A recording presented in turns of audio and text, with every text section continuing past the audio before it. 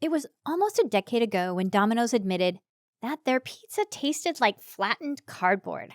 The result? A significant drop in the company's share prices, which for the first time touched single digits. The brand's name just became part of other butt-crack nighttime jokes. An embarrassing video went viral around that time on YouTube that showed a Domino's employee putting cheese up his nose and messing with the pizza. Considering the then status of the company, it didn't go down well with customers. Well, there were after effects. That video brought the image of the brand down globally. People believed the 60-year-old company had hit rock bottom, and there were serious questions as to how the brand could be trusted anymore. But then the game soon turned around.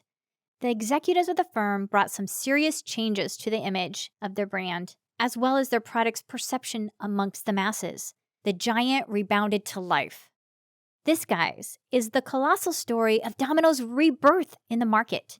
What helped the firm stop the domino effect, which was dragging it down? Was it just about some secret recipe changes, or was it all a game of efficient marketing? Well, in today's video, we'll take you through the journey of this firm that called itself the pizza delivery expert, its failure, and the comeback to being the masses' favorite pizza brand. Welcome to Wealthy Mindset, where we explore unique and breathtaking angles from the world of money, economics, personal finance, and investing. But before we dive into it, please like the video and subscribe to the channel. Click on the bell icon so you never miss any of our subsequent videos. In the 1960s, Tom Monahan started delivering pizzas to college students as a part-time job to pay his own university fees. Tom grew the business and later purchased the firm with his brother for only $900. He renamed it to Domino's Pizza, the pizza delivery experts. It was during those days that the brand's sole focus was on delivering pizzas within 30 minutes of ordering it. Or it was to be delivered for free. The campaign helped the brand grow. All in all, the strategy was gradual but beneficial. But it was around 1985 that multiple POS were opened by acquiring one shop or outlet and then another. The 30-minute delivery time became a standard, and no brand was able to match Domino's in the pizza delivery business. The brand was then the fastest-growing pizza company in the States with over 5,000 outlets. It was the 2009 YouTube mishap that started the negative domino effect. All of the hard work that Domino's had done to build an impressive reputation was now in question. Negative customer reviews regarding the poor quality of bread and poor taste of the pizza sauce only worsened the situation further, which eventually led to the share prices of the firm falling to single digit for the first time in the history of its operations. It was time when the CEO of the company was replaced by Patrick Doyle, who addressed the negative feedback of the customers and admitted that Domino's Pizza actually tasted awful. Acceptance of the mistake committed gave the brand a second chance in front of its already acquired customer base. The first step was taken. The executives and the employees at the brand needed reminding that Domino's job was not only to deliver pizza on time, but also deliver a superior product. The brand started ad campaigns where it was shown to the world how they reworked their pizza recipe and how the common public willingly took taste tests, showing improvements in the pizza. Orders started pouring in again. The brand was starting to rebound. It was around the same time that the brand started to focus on developments related to technology that would help the younger demographic to order pizza with the virtually non-existent hassle. They realized how the self-deprecating humor acted to their advantage, and they started working towards more interesting ad campaigns too. Food porn? Have you heard of it? Displaying ads of food items in a glamorized way.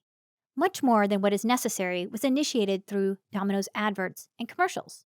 Well, Domino's realized the mistake of including food porn in its ads, such as overly glamorized cheese burst, while cutting a pizza. It believed that it had to show the reality of the pizza that was actually being made, and this honesty worked quite well for the firm as it helped in earning back people's trust. There have been multiple instances of Domino's trying out many marketing and advertising gimmicks, with the latest being a franchise using drones to meet the 30-minute delivery span in New Zealand.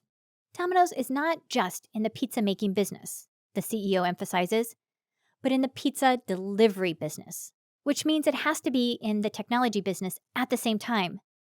We are as much a tech company as we are a pizza company, he says, pointing out that nearly 50% of its workforce in its headquarters is solely focused on software and analytics. All that technology has changed over the years starting from how customers order to how they monitor the status of the order and how Domino's manages its operations. The brand also took the bold decision of having a single POS, the bold step of forcing a single system on its operators. One it developed in-house was taken.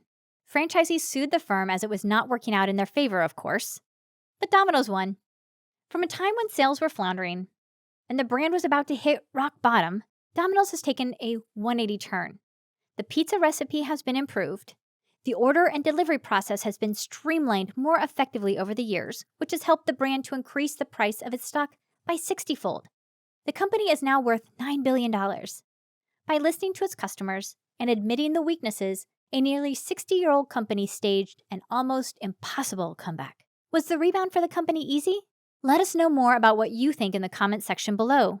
Like what you just saw and learned? Subscribe to Wealthy Mindset if you want to keep watching videos on exciting and unexplored topics just like this one. We hope you enjoyed the video, and we'll see you next time.